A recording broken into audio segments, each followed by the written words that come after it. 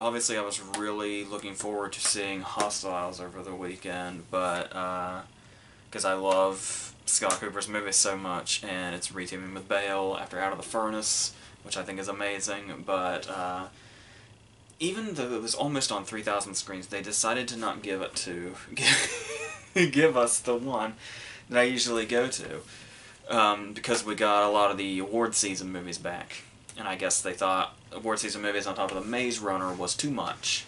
So the closest they put Hostiles was about 20 minutes down the road, which is reasonable, but a lot of time constraints prevented me from getting there. So basically, what it comes down to is I had to see the Maze Runner instead. So, so begrudgingly. But regardless of time, I will see it at some point this week. Maybe now that the Oscar nominations are out and we've done the whole giving us some movies back thing, maybe we'll get Hostiles this coming week here, and the trip will not have to be made. But I guess we'll see what happens. But in the meantime, we've still got plenty to talk about, as you can see, so we're good to go. So let's go ahead and start with the Maze Runner, The Death Cure being the full title. And apparently this is absolutely positively the last one. We're actually, it's kind of nice, we always kind of throw insults at these, young adult fiction franchises and all that, but it's like, give them credit for one thing, they have endings. They always have endings. So, good on them for that. And some franchises should probably take note as well. But, anyway, well, obviously, we weren't sure for a while if this one was even going to see the light of day, because they almost fucking killed Dylan O'Brien while they were making it. And from the sounds of that injury, it sounded quite brutal, and it was that kind of scary thing where it was like, they were like, oh yeah, he's fine, but then while he was in the hospital, it's like they realized it was a lot worse than they thought.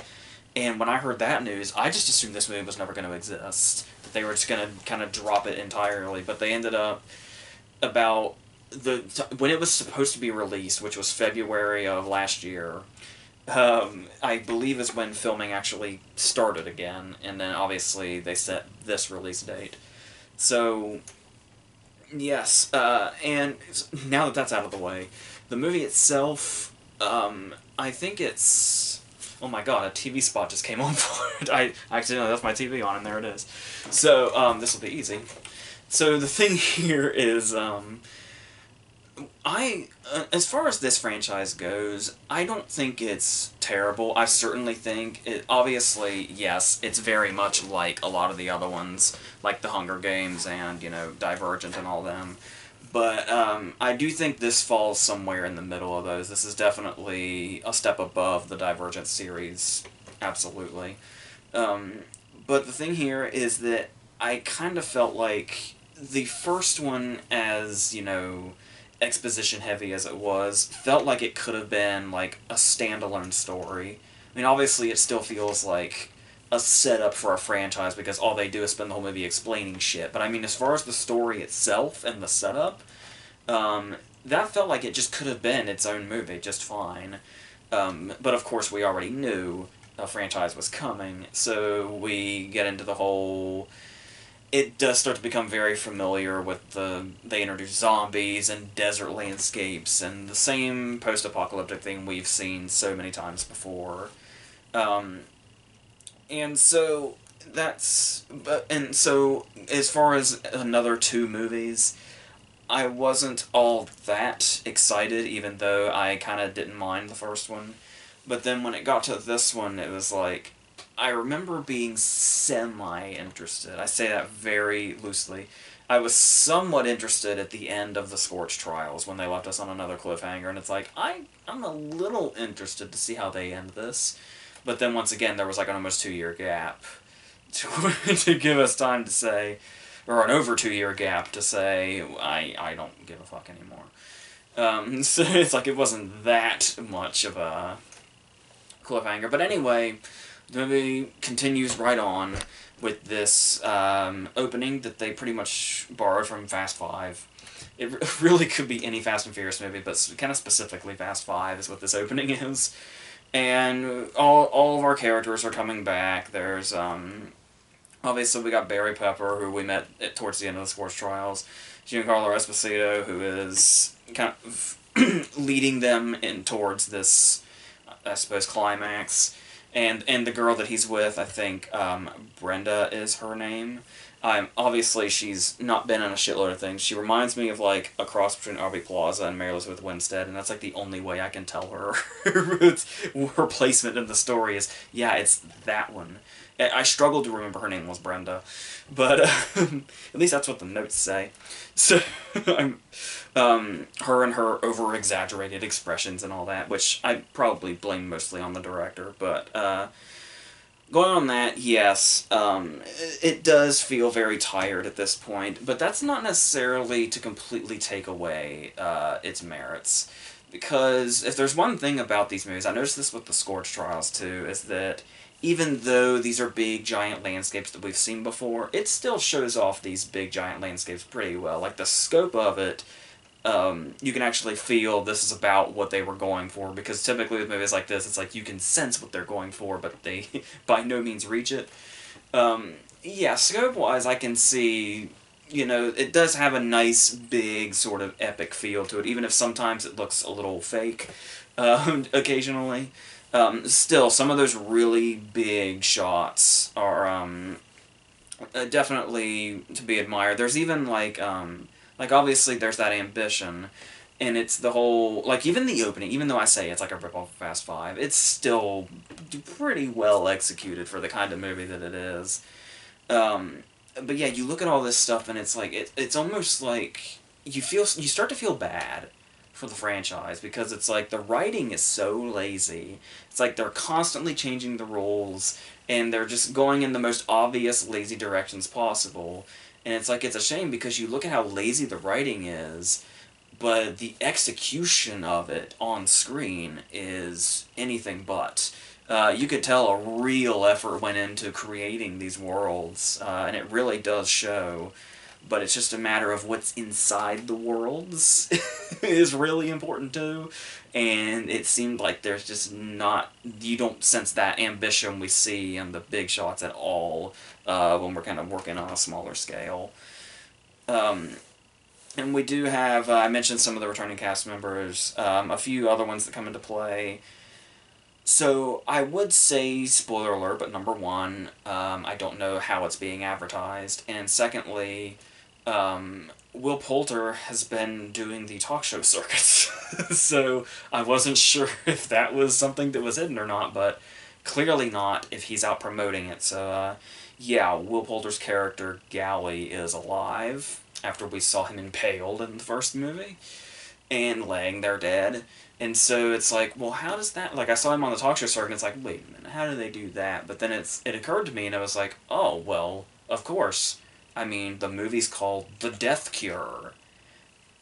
There surely must be an explanation. Well, despite the fact that we bring a character back from the dead in a movie called The Death Cure, the actual explanation is, oh, you guys didn't kill me, you left me for dead. You stabbed me, but I was still alive. Dudes came along and patched me up, and I was fine.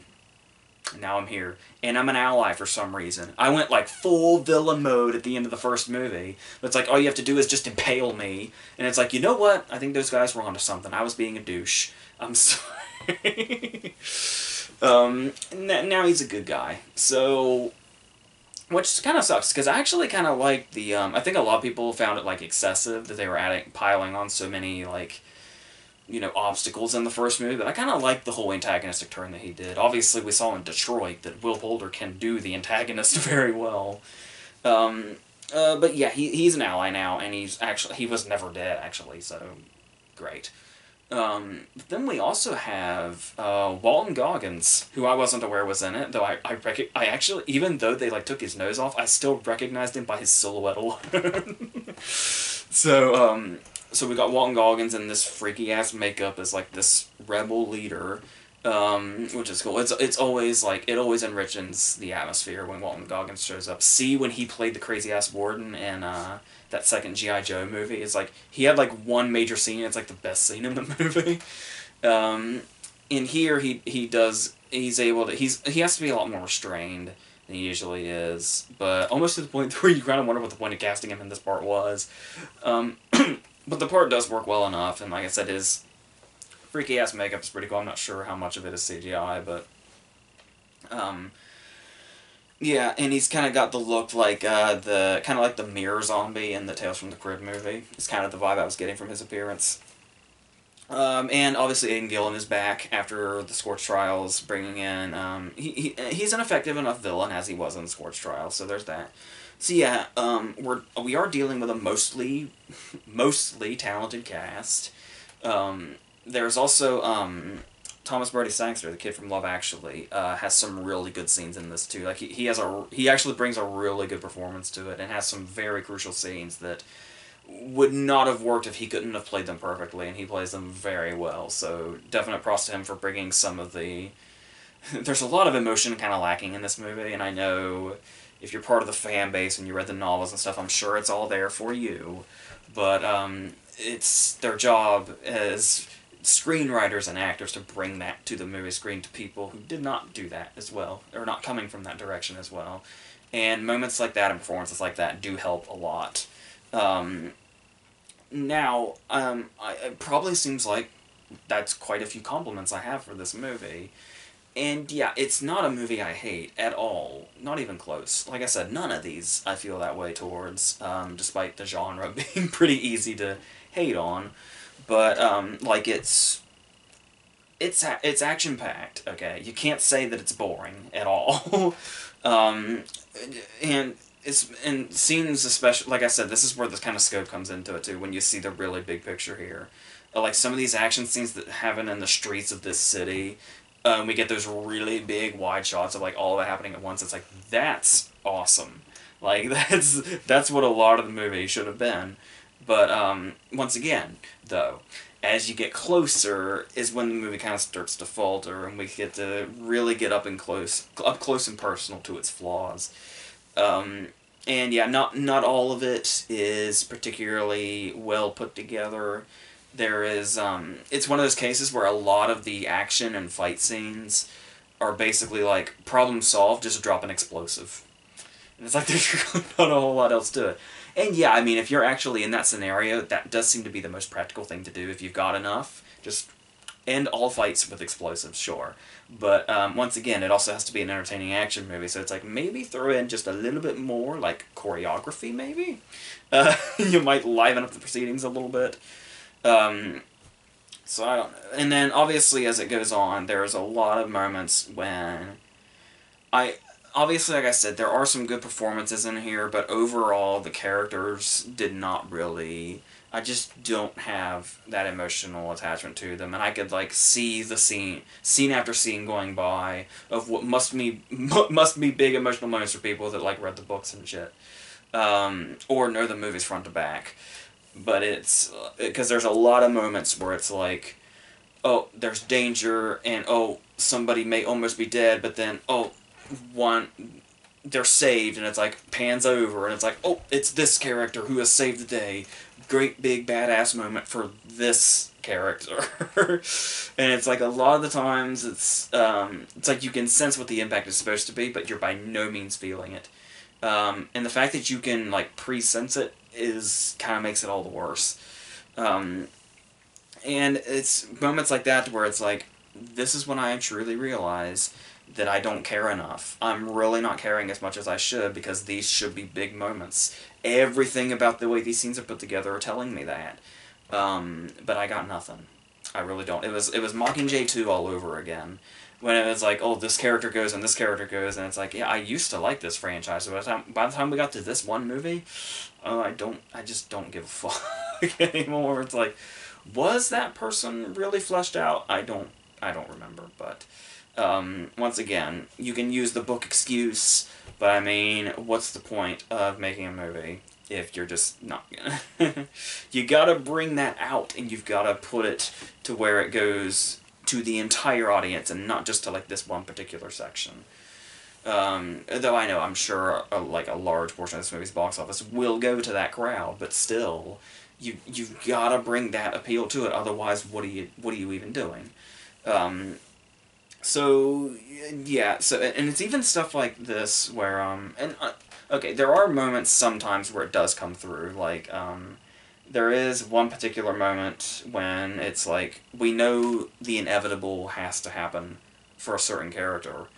And the way the scenes play out is that, and you could also chalk this up to the obnoxious runtime this movie has at 2 hours and 22 minutes.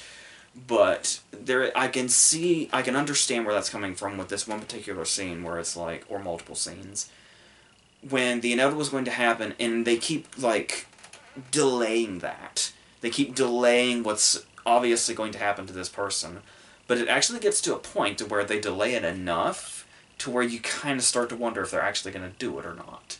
And it's obviously a nice payoff once we get to what happens, whether it be happy or sad.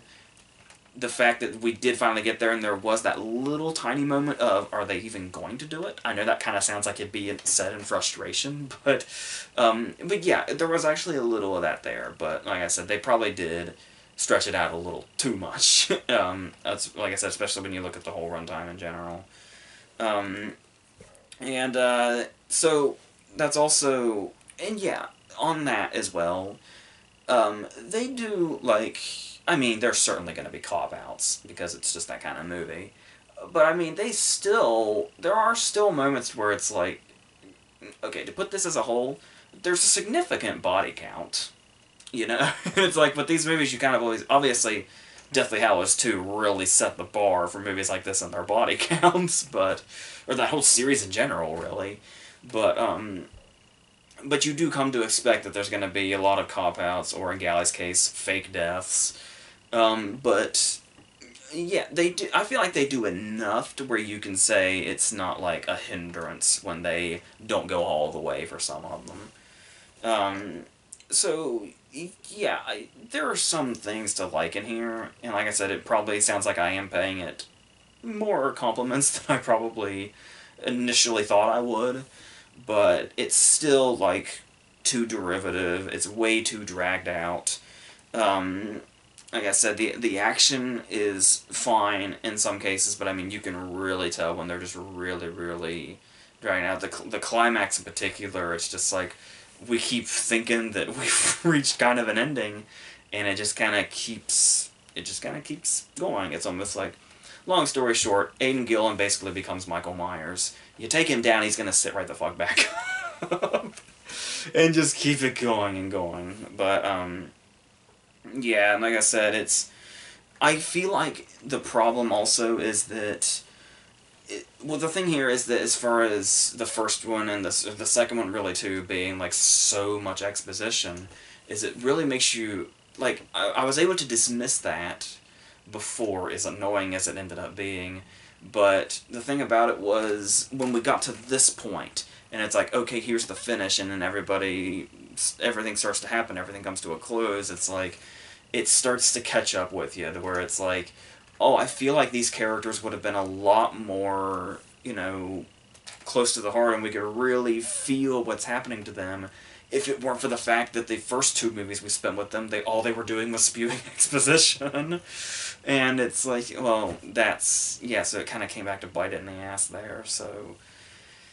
But I mean, yeah, I suppose I expected something a little worse, even though it's not a franchise that I was really bitter towards to begin with, but, yeah, if they could have really toned it down in the runtime category, they probably could have had something and probably had a bit more of an emotional punch, but once again, what really does it in is how much we're not attached to the characters, and that goes way back to the first movie and how they treated them and how they went right through the franchise like that and up to this point, so yeah, it's kind of just the whole, you kind of look at it as the whole trilogy to find just how much the faults come into play here, so yeah, but I mean, I'm sure fans will like be very emotional and all that other stuff, so good for them.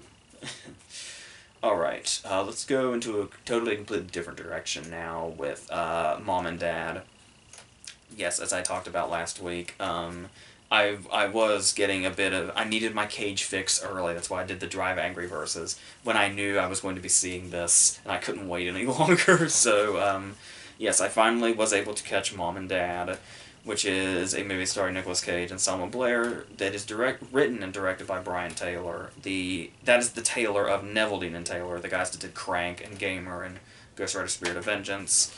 And so we know we're in for something insane. And so when it starts, obviously we're doing the thing where it's like they're trying to give us like a 70s vibe with the way the title sequence goes and the music playing and all that. We got the copyright under the title and all that. And it's like, after a while, that does seem to be like a bit of a cliche, especially with the whole nostalgia factor working into so many movies lately. But here it does kind of make sense, because if you already know the concept going in, it kind of feels appropriate, because it feels very much like an exploitation approach. A real exploitation approach, not what fucking Brawl in Cell Block 99 was trying to do. Like, this actually does feel from the get-go. Like, watching this opening title sequence, I was waiting for, like, Pretty Maids All in a Row to start. Like, that's how much it, like, immediately gives you that feel. And so we go into it, and, like, even the score throughout kind of has that 70s exploitation vibe to it. And so, if you're not aware of the plot, it's actually quite simple.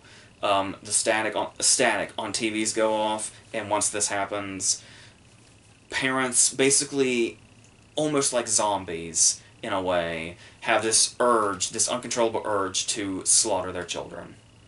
That's it. That's all there is to it. It just goes off of that.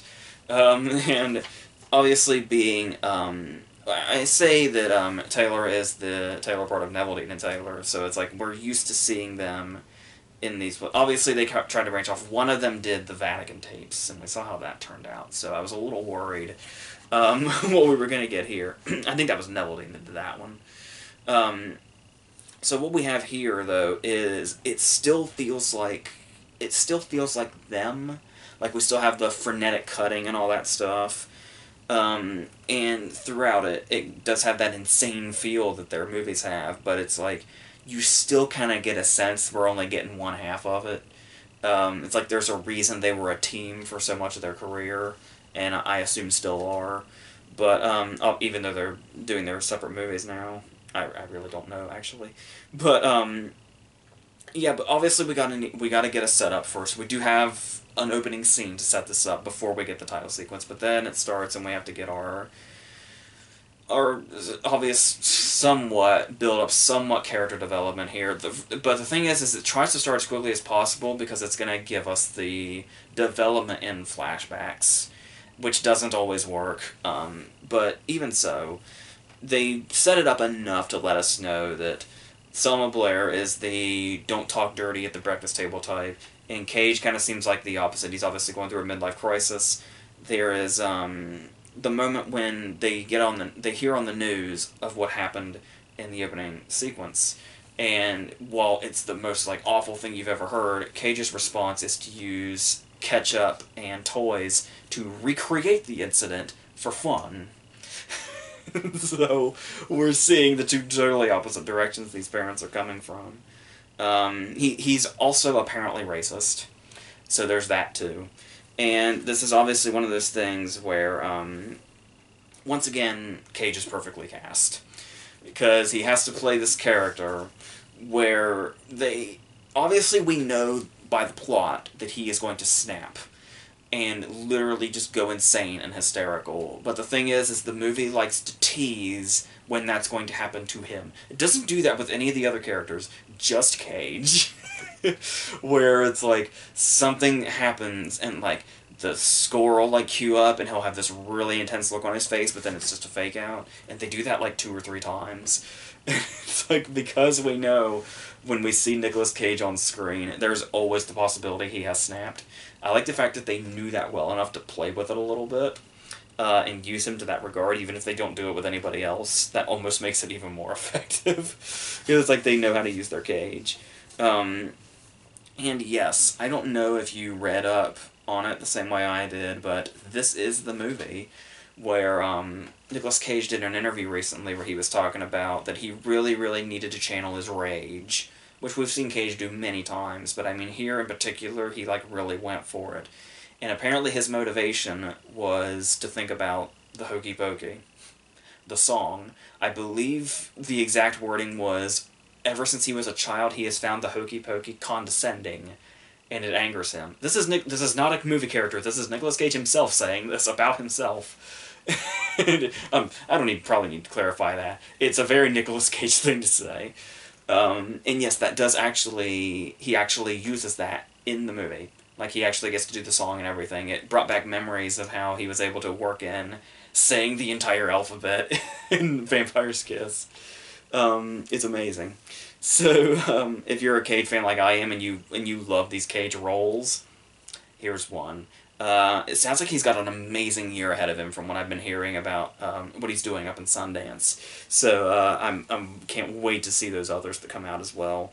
And so yeah, if you're picking up on it, when I initially heard the plot, I was expecting something more like I don't know if anybody knows Parents, the movie with Randy Quaid that Bob Balaban directed, where Randy Quaid is the kid's dad and the parents are like cannibals at night. I thought it was going to be something like that, but this is kind of totally its own thing, to an extent. It also feels like very much like a reverse version of Cooties, especially the scenes at the school, if anybody saw Cooties. And yeah, also like Cooties, it's kind of like there's kind of the same similar satire on youth in today's culture and that kind of stuff. Which might seem played out to some people, kind of like the way they use the dialogue. And one of the girls' moms, even, that Selma Blair goes to lunch with, it's like the dialogue and the slang like may or may not already be dated or seem dated, even when it's coming out of the teenagers' mouths. But yeah, overall, it is kind of hard to figure out what that is, because this is going to be a movie where, because we're going for like that 70s exploitation feel, you can't really expect the people in this movie to have, like... The people in this movie are going to have unrealistic reactions. Like, this is not a movie you can sit down and watch and say, oh, that would never work like that. Why would somebody react like that to something like that? And it's like, this is not a movie set in the real world. No, not even close. I mean, if a movie's bad, like Orlando Bloom's going up the fucking blocks thing in the third Hobbit movie. And it's like, obviously that's not set in a real world, but it's like, this is one of those movies where you kind of get the feel immediately that you're going to see crazy shit that it doesn't need to add up. It really doesn't, to have the effect that it does. If anything, it makes it more disorienting, which is really the point in the first place.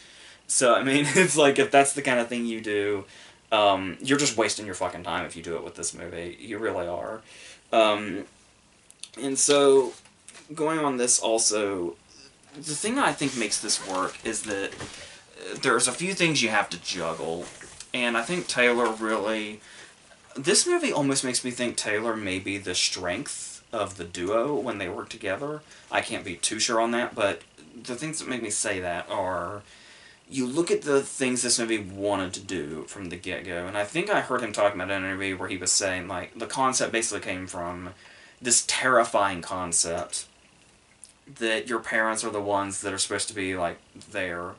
In most cases, the parents are the ones where that's where you feel at home, that's where you feel protected for, like, your whole life. And to think that that's going to be the threat, and that it's coming for you and only you, is, like, this terrifying concept in itself. So he intentionally started with a terrifying concept, but then decided to make it very darkly funny afterwards. At least that's the vibe I get. To where we do get, like one of the more humorous scenes in the movie is in movies like this, there's always going to be the initial massacre scene.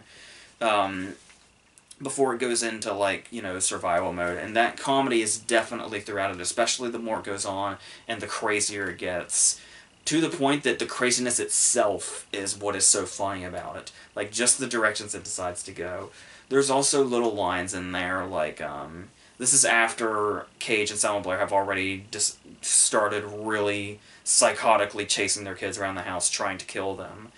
And then once they reach an obstacle, she's asking Cage why he would buy a gun and have it in the house. And his response is, well, some psycho could break into the house. I mean, while this is going on. And it's one of those cases where it's not like one of those, we're so clever putting that line in there things. No, the line goes by in a flash, and the scene just keeps playing out, so that's what really adds to it. And also the way, like, as it goes on, how Cage and Blair deal with the scenario that they're in, trying desperately to murder their children, but they still have time to stop and, like, act like and deal with it like a married couple.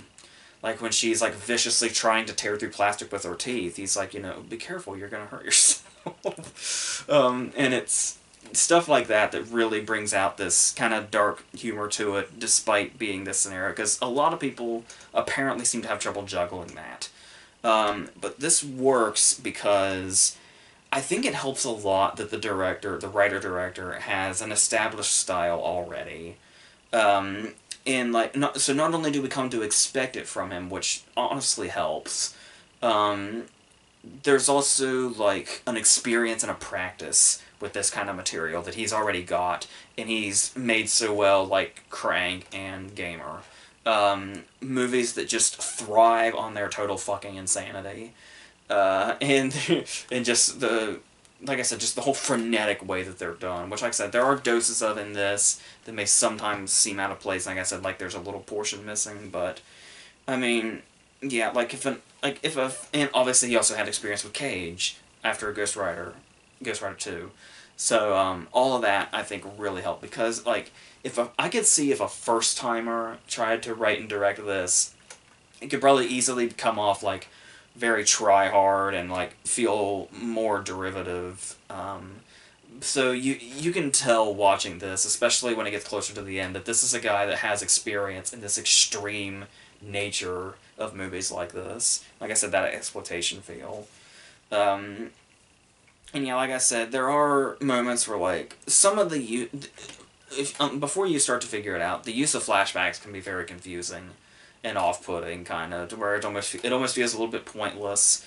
But then you start to realize that's the fact that it's like it's the interesting way of like the rage doesn't just conjure itself, where it's like they use they start having actual memories of where the children made them angry, and it only fuels it, what's happening to them. So there's like a real rage that actually is coming out, and it's not just this weird supernatural thing, which I think is really interesting. And there are some fake outs. I was talking about the fake outs with Cage, but there are some fake outs that aren't exactly necessary. There's the scene with the blender.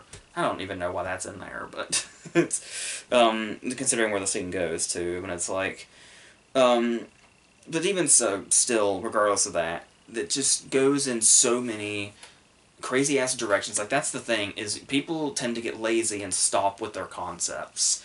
But he knew what he was doing when he came up with this. He knew the different directions this was gonna go. There's a particularly fucking insane scene at a hospital, and a few others that I would not dare spoil. But there are moments though to where it's like, I did wonder. There's some cases where the movie's very short. It's about an hour 20 something, so it doesn't get to go in all the different places or explore all the different things. Like, I was wondering like how childless adults would react to this. I don't think that's something they ever went into. Or maybe like, does it have to be like your biological parents? It's hard to say. But then there is the whole idea, like I said before, that part of the concept is that the parents only go after their own children. And I think that gives it, like, a nice limitation to where, like, it keeps the movie from completely, going off and making it pretty much, like I said, more or less like a zombie movie, really. But with that limitation, it kind of sticks it in a place to where it can stay in a place and still leave room to get crazier, but without completely going off and getting too overly ambitious. So I like that he was able to kind of have that little self-discipline too, put that little rule in there to keep things surprisingly under control, despite how fucking crazy they still seem. So, yes, I liked this a lot. As you can see, as I kind of, I thought it would be more like, maybe it'll be like a guilty pleasure movie or something, but no, it's kind of legitimately good. He really put some thought into this, even though, like I said, it will feel like some other movies. The execution is really well done, so, yeah. The third movie is going to be Den of Thieves. For a while, I just thought it was going to be like just another Gerard Butler crime movie, and I heard much later that 50 Cent was in it as well, and I was like, all right, I dig crime movies. Let's see what happens. I was getting like maybe like a Street Kings vibe or something, some kind of like old David Ayer kind of stuff.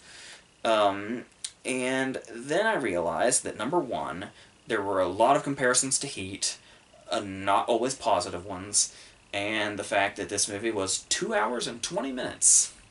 It's not just some slick crime movie that's just gonna do its thing, have a quick pace, and do all that stuff. It's very intent on feeling epic. So we're gonna have that. So it's like, okay, so they really want to go for the Heat thing.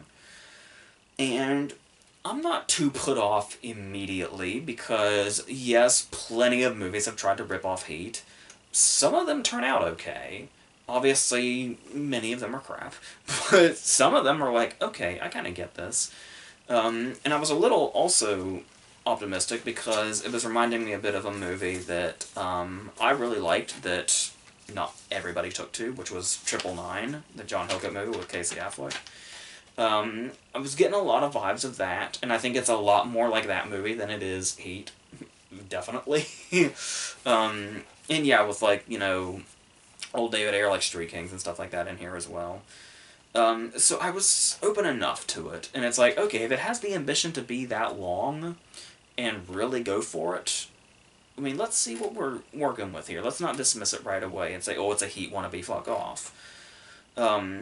But we do have a lot of familiarity. We'll start with the Gerard Butler character, who is, the unconventional, unorthodox cop, and it's like telling everybody to fuck off. He doesn't care if he kind of, works both kind of crosses the line a little bit, works both sides a little bit, and it's like he doesn't fucking care, whatever.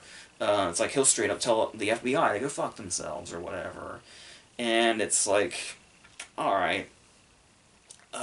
We have seen this character a lot, and I'm not quite sure. I've praised Butler in the past before, about how I do think he is above a lot of the material that he gets. Like, he could totally do a lot more than he's given in the movies that he's been in. These lower tier ones, especially. Or like A Family Man that he did last year. Where it's like, if he had better scripts, I feel like he could really work this stuff, but it's like, he just always gets to the surface. Like, he gives us hope that he could do something great with a part that's not that well written, but then it's like he never seems to really go beyond the page. Once again, you may blame this on a director, certainly on a writer, but I was getting, like, occasionally I would get vibes of Bruce Willis in The Last Boy Scout, obviously not to the same effect, but I mean, he's not bad. And I mean, the fact that the effort is there, I mean, it's not like, he's certainly not phoning it in at all. And there are moments where he does, is able to dig into other facets. There's the moment when it's like, he realizes how shitty of a parent he is, and he cries for his daughter. So, but that stuff is very few and far between. They really try to stick to this one character trait, like, all the time. Like, he's this, I don't give a fuck super badass. And it doesn't really, I mean, you would think, if anybody, Gerard Butler could pull that part off, but it's like, I feel like the writing kind of did him in here, to where they just really didn't give him anything else to do, and this note ran its course very fast, if not in its first scene. And what it's basically going to come down to is that he has to look out for this gang, and it all comes very fuzzy around the middle section, because there's so many characters and like so much seemingly going on, but then maybe not as much as it seems. This movie has a bad case of overcomplicating itself, when really at the center it's actually quite simple. So we've got our gang of thieves, and their plan is to rob a bank that's never been robbed before because it's so heavily guarded. Apparently, like, over 50 times somebody's tried to break into the lobby, and that's as far as they get. And so, it's like here in the stories that Elliot Gould's telling at the beginning of Ocean's 11. So they're going to do this, and yeah, the whole thing is that it's so heavily guarded, tried over 50 times, can't get past the lobby, all of that. Later they want you to believe that O'Shea Jackson Jr. can just slap on a fucking Chinese restaurant worker uniform and just walk to and from as he pleases. but that's the concept, though, is that they can't get in there. You can't rob this bank whatsoever. But conveniences will follow. And the head of this gang, I guess, is Pablo Schreiber, who I think is on, what is it, American Gods. I think he might have been on Orange is the New Black, whatever. I'm really not too familiar with him, except for the fact that he's Liam's brother in real life. That's pretty much all I knew him for prior to this. This is like the biggest part I've ever seen him have. And he's supposed to be like the head dude here, but I never really got that vibe from him. I went in thinking that 50 Cent was our main antagonist. 50 Cent's supposed to be like the right-hand guy to Pablo Schreiber's character. And this became confusing because this character does not feel like a main antagonist at all. You can tell where they're trying to build it up like he is, but when he's actually on screen, just the actions don't match up. I definitely feel like he and 50 Cent should have switched parts here. But yeah, 50 Cent is just the side guy. That's it. So when definitely the main bad guy here feels much more like the side guy. Even when they're in scenes together, it still feels that way. So that was disorienting. And so, like I was talking about with Butler's character, this is one of those movies that really thrives on itself, thinking that it's this kind of exploration of like moral ambiguity, and it's like, oh, these people are playing these sides and these people are playing these sides, but it's like, we're gonna have a couple of scenes here that make the bad guys look human. Like, we're gonna, take the scene from Bad Boys 2 and put 50 Cent in the Martin Lawrence part. And it's like, oh, that's my daughter's prom date, we better fuck with him because we're big and bad and we got guns and strong people and shit. And it's like, oh, they're, lovable and relatable, but they're also, like, fucking murdering thieves, but, alright. But then it's like, oh, Gerard Butler's supposed to be the good guy, but, oh, he's also kind of shady, too. But it's like, they really barely go into this. For the runtime that we have, that's basically about it. It's like, sometimes Gerard Butler's like, oh, hey, I might be walking the line. And over here, it's like, oh, hey, maybe they're likable after all, even though this is, like, the only scene in 2 hours and 20 minutes that, like, tries to play them up as, like, human and shit. Where it's like, oh, they have other lives. It's going to be so tragic should the two come together and there's a big, violent outcome or something. But, no, not really. Like, they seem to think that they're doing the whole adding layers thing, like adding layers to the characters and the story. But the trouble is like, all these characters are playing the same note in, like, every scene. And they think by adding a couple of moments here that it's going to give us this whole other side to them or this whole other outlook. But it's like, no, not really. They all just feel like types, still. And, like I said, in the main antagonist case, not even very good versions of those types at all, to where you can hardly tell, quite frankly. And then what does that leave you with? So yes. And this is, obviously, there's going to be a lot of implausibilities and all that, which does come into play because it wants, to build up that these guys are so smart, the way they're able to get away with this, and how they're able to plot all these really complex heists or whatever. But it's like, this is also one of those movies that, like, he takes a hostage into the back room. You don't see anything. We just hear a gun go off. And we're actually supposed to believe that he killed somebody. It's like, no body, no physical contact on screen whatsoever. We're supposed to believe this actually took place. And the movie thinks it's fooled us when something is revealed. So we're dealing with that. And yeah, there's also a lot of distractions. This is one of those movies where, like, there's a lot of damn words on the screen.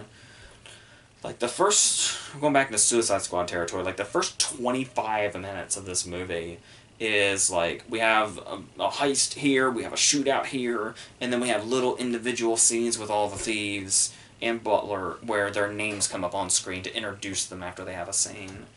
And then, like, every fucking scene change tells us the location, sometimes the fucking time, to where it's like, they even get redundant, and it's like, there's an overhead shot of the city, and it says Los Angeles, and then in the next shot, it says exactly where? Los Angeles.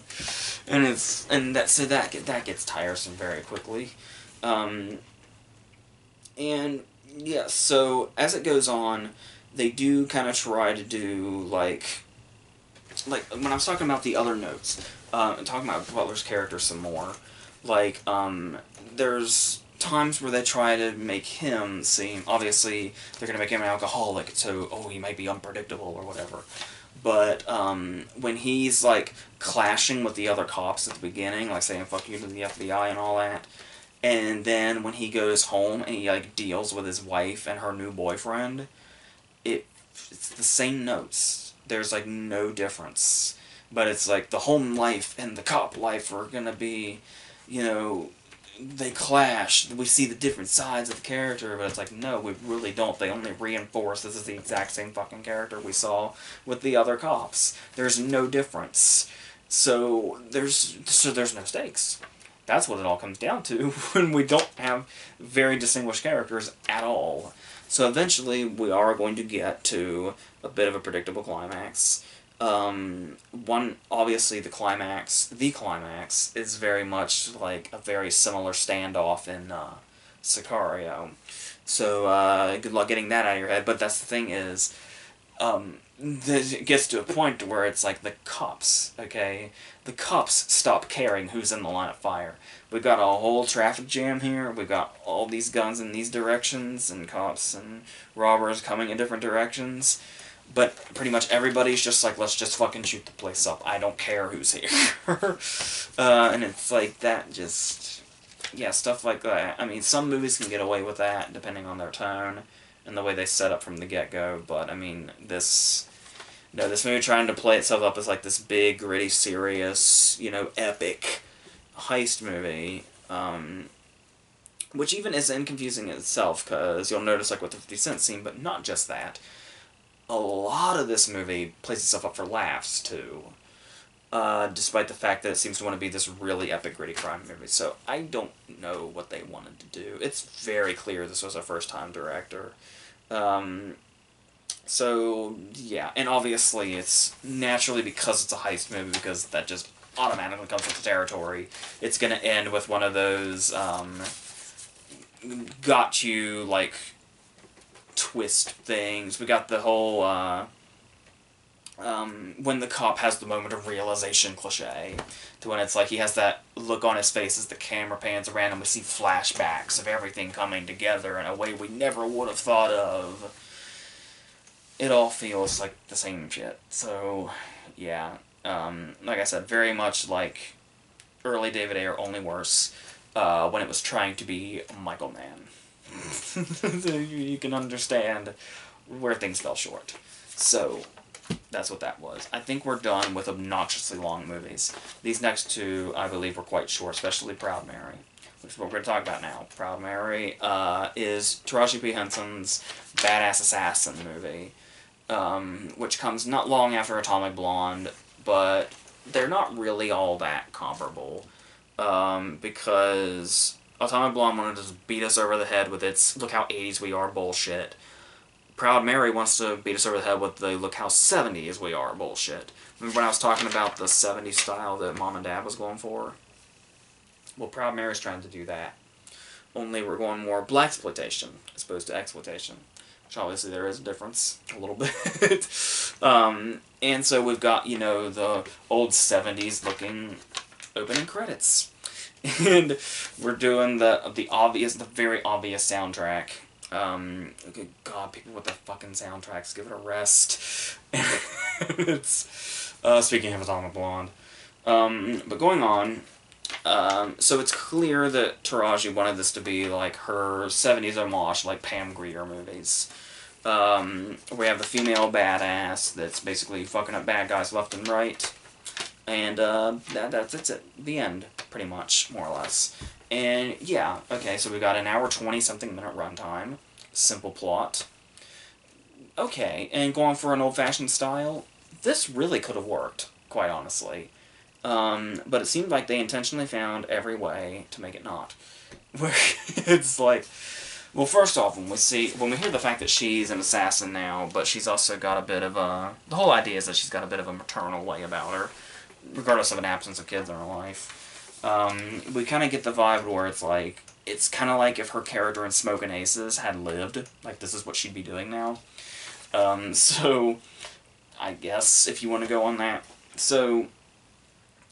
we set up like she's supposed to be this big, you know, badass, you know, slick assassin, like one of the best in her field. It's like she's so smooth, she's so super cool. She'll shoot a person and then disappear and vanish without a trace because she's so good at what she does and she's so smooth and slick and all that. So, guess how the opening scene tells us this? She walks into a room. And there's like a crime boss dude or something. It's so incredibly vague who the fuck this guy is, except for the fact that he's apparently the father of this kid that she's gonna bring into her life because the movie didn't know what else to do with itself. So she walks in. This is the introduction to how smooth and super cool this assassin is. He's got a phone in his hand, and it's ringing. But then it has stopped ringing, which pretty much means he's answered it, right? So she says... Don't answer that.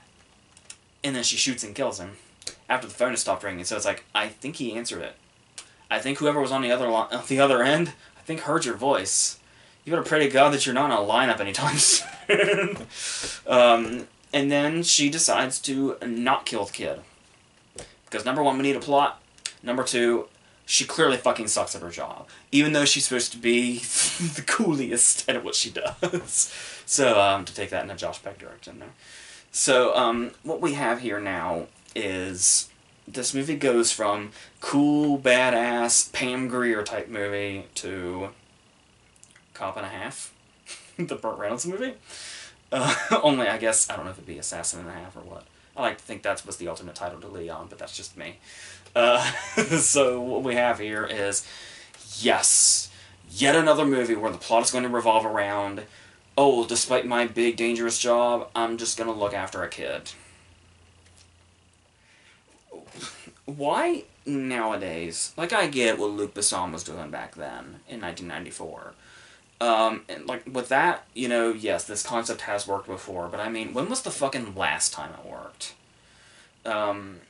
Okay, maybe Logan, but I mean, you still know how fucking rare it is to where we have the plot of, I gotta look after the kid, despite my dangerous R-rated job here. And that's... What does this plot have to offer? Who immediately goes for this plot? Like, at least Logan was like the fucking 11th movie in a franchise or something. What does Proud Mary have to gain from doing this, especially setting itself up the way it did? Why did this need to be a looking after the kid plot? I don't understand why anybody would think this would work. But that's what they go with. It's the fucking laziest, easiest way you can do. And it's like the surefire way to make sure your movie sucks. And the characters get really boring and really cliche and completely go against why we think they're supposed to be cool in the first place. And I get it's supposed to be... Like, this is a movie also to where it's like, not only is all of this not adding up, but it's like, it has dialogue that's as dated as the style it's going for. There's a moment where this kid, okay, this modern day kid, is in this situation, and she says, he's got a bag with him, and she says, what's in the bag? His response is, your mother. Okay, so that's the kind of dialogue we're dealing with. That's just one example. But to go on, obviously, there's gonna be the cases where we have secrets to keep. Like, obviously she's keeping the big secret that she killed his fucking dad and made him an orphan.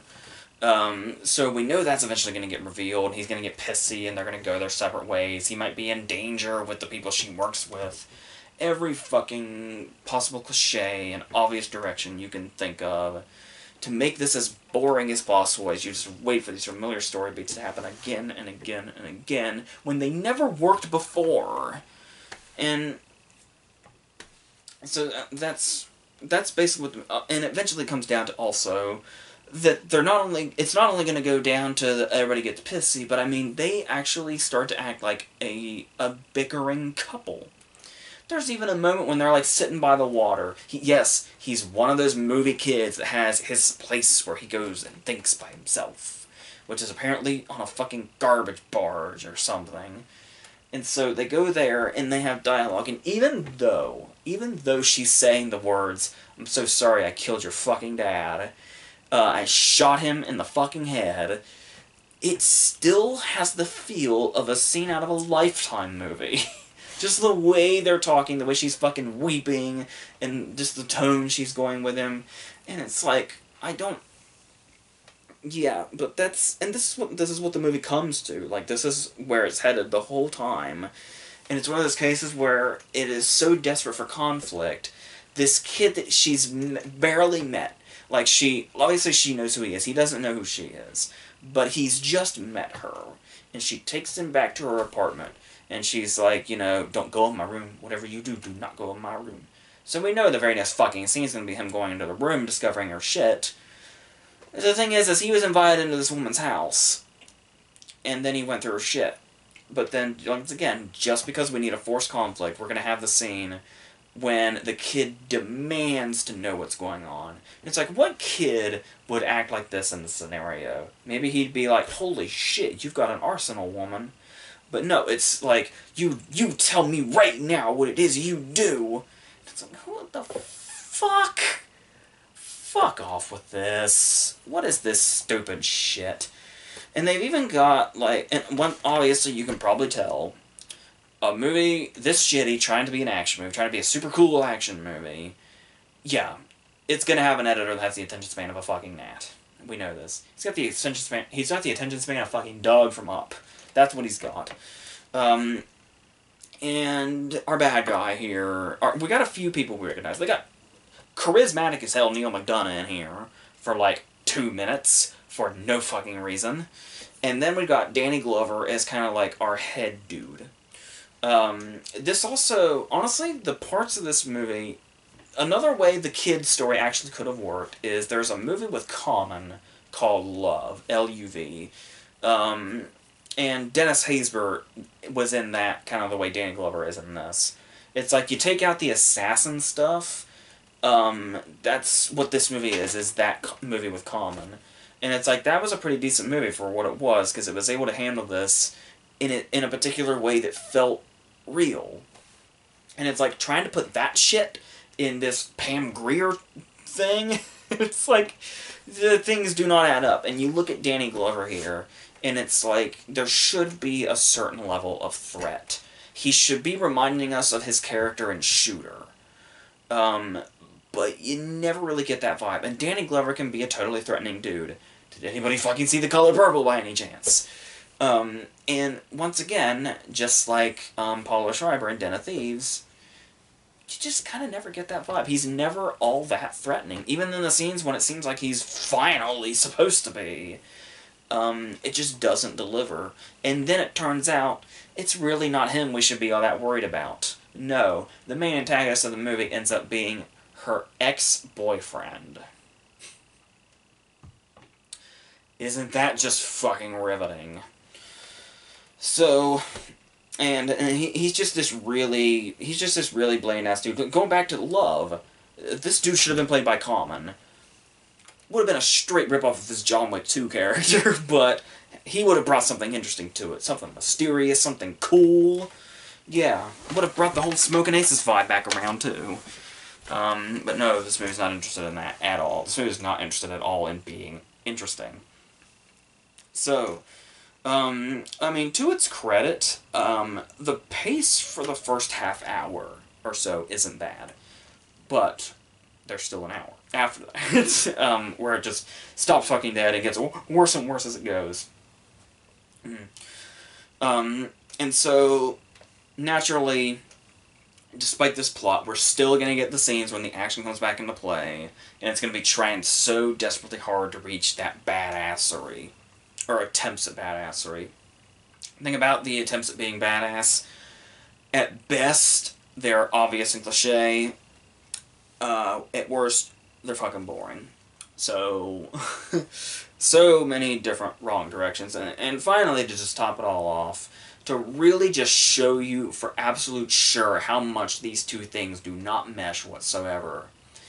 Do you know what Mary's final big badass line is before she pulls the trigger on the final person? Yeah, I am the mothering type. Badass. Truly. So, that's what that is. Just a complete and total, if you'll excuse the word, misfire.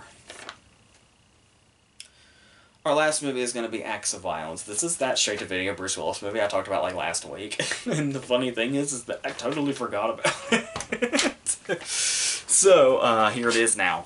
The thing about Acts of Violence is, honestly, I just want to start off right away to ask a question.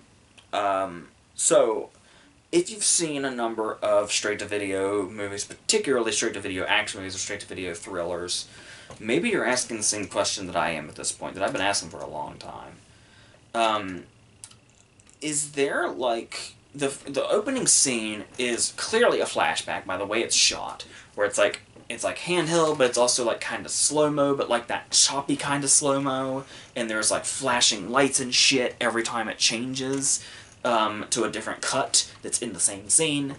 And like things are happening in this really kind of weird way. And I had to just stop and ask the question I've asked myself a lot, but it just came back to me now, and that is, the directors that make straight-to-DVD action movies, did they all go to the same school for directing straight-to-DVD action movies?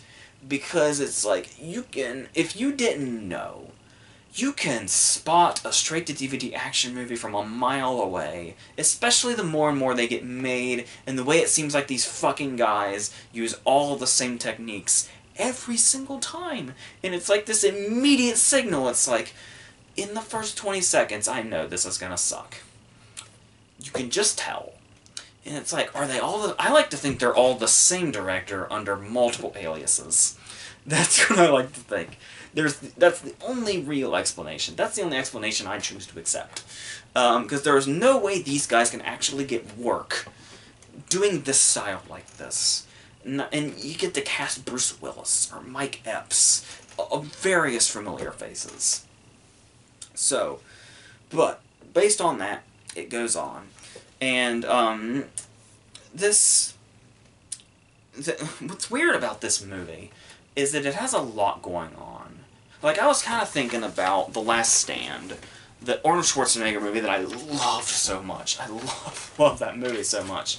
And one of the interesting things about it is that it has this thing where it's like, it starts in one direction, and then it introduces something else. And it seems like we're watching two totally different movies, but then eventually these things collide, and we get this whole big show that's awesome. But it's like, for the entire first 20 minutes... For the entire first 20 minutes of Acts of Violence, I have to make sure I'm not confusing with Acts of Vengeance, the Antonio Banderas movie I saw a couple months ago, which I believe was also direct-to-DVD. What we're looking at here is every single scene in the first 20 minutes does not feel like it's in the same movie as the scenes that came before it. It feels like, and I don't mean like we're switching back and forth between movies, I mean every new scene feels like the start of a new movie. And so, and how this all collides is actually not spectacular at all. Like, not at all. But we've got the cop, played by Bruce Willis, who, as you can probably guess, if you've seen Bruce Willis's output lately, or at least most of it, chances are he's not going to do a whole lot. They're going to set him up like he's a big deal, but, spoiler alert, he's not really a big deal. Not really. They'll play him up like that throughout the movie. Like, the moment when he has the scene when he's at the shooting range. And it's like, he can shoot, like, the center of the target. And a scene we had in Den of Thieves, by the way, where he can shoot the target when the other guys can't. And it's like, oh man, he's total badass. How's this going to come into play? Oh, can't wait to watch Bruce Willis fuck shit up. No, Bruce Willis spends 90% of his screen time behind a desk, or just talking to people. Talking to morgue attendants, or others. not doing a whole lot. Not even being very detective-y. Like, it's just, he's just kind of saying his lines in that, you know, I don't give a fuck Bruce Willis way. And that's it. That's what most of his character is. They do have what I guess they think is a payoff with him towards the end, but I'll give you a hint. This payoff, Bruce Willis, the actor, I don't believe had to be present for whatsoever. so there's that. But once again, he's not even the main thing here at all. So we have a married couple who are Shawn Ashmore and some other girl, and then we have a soon-to-be married couple who are Ashton Holmes. Remember him from, he was Vega's kid in A History of Violence? Yeah. So, I don't know where he's been. He did that Windshield movie with Emily Blunt, and then I think he disappeared. But he's back now, and blonde, and he's getting married to this girl, and you can tell, I didn't know what the plot was going in, so I was like, I'll just watch this unfold and see what happens. You could tell immediately that somebody was going to be in trouble with this couple, because the dialogue goes as such. He's talking about how they're going to go to each other, the bachelorette party, he's going to go to the bachelor party. And she's like, go look at naked girls until we get married. And he's like, well, I don't want to look at naked girls, I don't want to see you naked. And she's like, we have the rest of our lives for you to do that. And it's like, oh, well, one of them is going down, or something terrible is going to happen to one of them. I guess that's where our plot kicks in. Let's find out. I am so incredibly excited. So, it turns out that she gets kidnapped by dudes who, I guess, are, like, traffickers of sorts. And, naturally, she gets put in James McAvoy's lair in Split. And I was like, okay, so wait a minute. She's been kidnapped, and she's put in a lair that looks an awful lot like the place in Split. And Bruce Willis is here looking to investigate. And it's like, holy shit, is this Glass? Did Shyamalan sneak this out under a different title? Holy shit, this just got really interesting. No. But it does turn out that apparently whoever wrote Willis's character is a huge Fresh Prince fan, because his character's name is James Avery. So, so there's that. And it's like, oh, I guess it's not Glass then. Damn it, still gotta wait another year.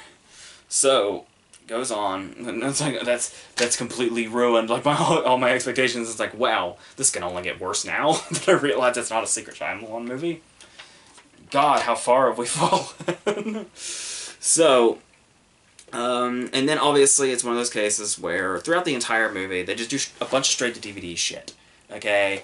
Like, a lot of attempts at looking all badass when it's just really stupid cliche bullshit, and it's like, yeah, I probably would have found all this cool and badass if I was still 12. And then it's stuff where it's like they didn't put any effort into it at all, to where it's like the whole kind of mystery angle. To where, like, the whole idea of a movie and a story is to watch how the story plays out. It's like, you want to see how they get from point A to point B, that's the point. So, how this movie gets from point A to point B is, we got a tearful witness, the other girl at the bachelor party, who saw the guys that took her. And Bruce Willis is like, okay, so, you gotta tell me everything about them.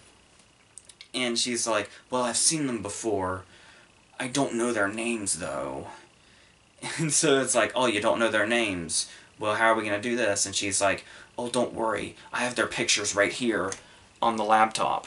And I was like, really? She has their pictures on her laptop? I want to find out what the context of these pictures are. Let's take a look at these pictures and see when she got these pictures. We can get some context of how this happened. Because this is a pretty big clue, right? Well, we never get to see the picture that was on her laptop. It's just like, oh, I have a picture of my laptop, though. Back shot of the laptop, cut to the scene. They know where to go. This is how this movie gets from point A to point B. Alright. If you're not going to put this much effort into making it, then I will half-ass watch it. So, I just kind of let it go through, and not a whole lot is happening up to this point. Again, for the third fucking time in this one video, Mike Epps is our villain, but I just don't get that vibe from him. Why are we starting with such shitty villains? Hugh Grant in Paddington 2 is miles among this. Completely on a different planet. So we've got Mike Epps here, and Mike Epps is one of those villains where he's doing what he can. Like, we get to see things like he drenches a woman in lighter fluid, and then he sets her on fire, but then he, like, puts her out for some reason. I don't know. But then, the problem is that we don't really see much of this, and up to this point, when we do see this stuff, it doesn't really matter, because a lot of it has just been building him up. Because all the girls, like, are saying, oh no, he's the meanest, nastiest man alive, and it's like, oh no, he's so evil, you don't understand. And it's like, he's like all other characters talking. And so this is supposed to make him threatening, but it's like every time he's on screen, once again, he barely feels like a main antagonist. Even when he straight up kills a dude, and then says to another dude, like, here's the thing, he straight up shoots a dude and kills him, drenches a woman in lighter fluid, sets her on fire. So then after he kills the dude, he looks at the other dude, and he doesn't say, I'm gonna cut your fucking balls off, he doesn't say, I'm gonna cut your fucking head off. He looks at the guy and he's like, now if you fuck me over again, I'm gonna cut your nose off, I'm gonna cut your ears off. It's like, really? That seems rather mild compared to setting me on fire or fucking shooting me. But okay, you're the big bad guy. I get it. And then he just kind of comes in and out of the movie, posing no real threat whatsoever. But I mean, they really tell us. They tell us over and over and over again, he's super evil, look out for him. But good God, for the entire second half of the movie, he's just trying, he is trying not to get shot. He's just running around as these action scenes happen. And so that's, yeah. And the problem here is that this is also one of those movies where it's like, you can tell they're really trying to play themselves up, but once again, that effort is absent. There's a hilarious moment, a little individual moment, when there's like a car, like, not a car chase, but something crucial is going down, and they have to speed to their destination.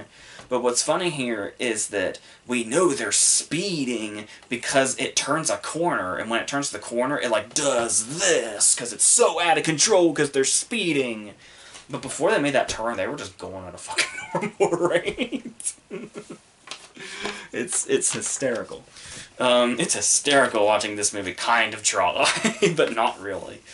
And there actually are moments, this is the real shame, is there actually are moments that feel like they should be huge. Like, there's another one of those moments where it's like, oh, I love you too, but I'm going to go into gun battle now. And it's like setting up, it's like, well, I know how this is going to turn out. But it's not, the ill-fated one is not the one you think it is. And it's like, oh, wow. But that's the thing is, it's not so much, oh, wow, whoa, the stakes just went through the roof.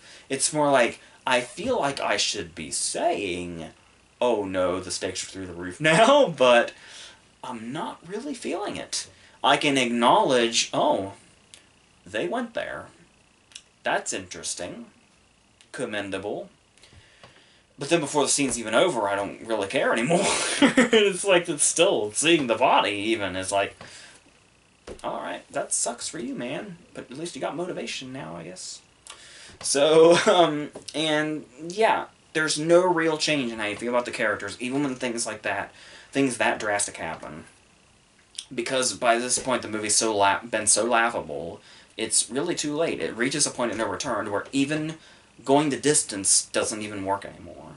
So, bummer. Yet another straight-to-video Bruce Willis movie down the drain. I'm sure there are plenty to come. I'm just gonna sit here and eagerly wait for the next Nicolas Cage movie so I can get excited again.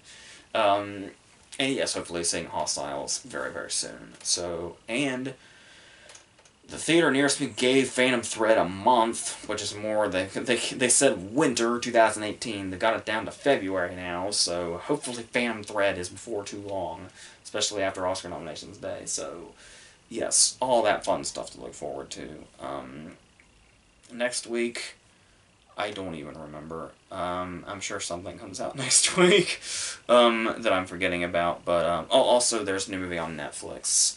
A Futile and Stupid Gesture. I think I'm going to do that next week as well. So, would have done it this week, but we got a little crowded, as you can see. So, Yes, all that stuff, and then a Versus coming too, which I'm quite excited about. But both movies predate the '90s, so I expect about two of you to show up. So I will see you guys when I do that. So in the meantime, I think that's it.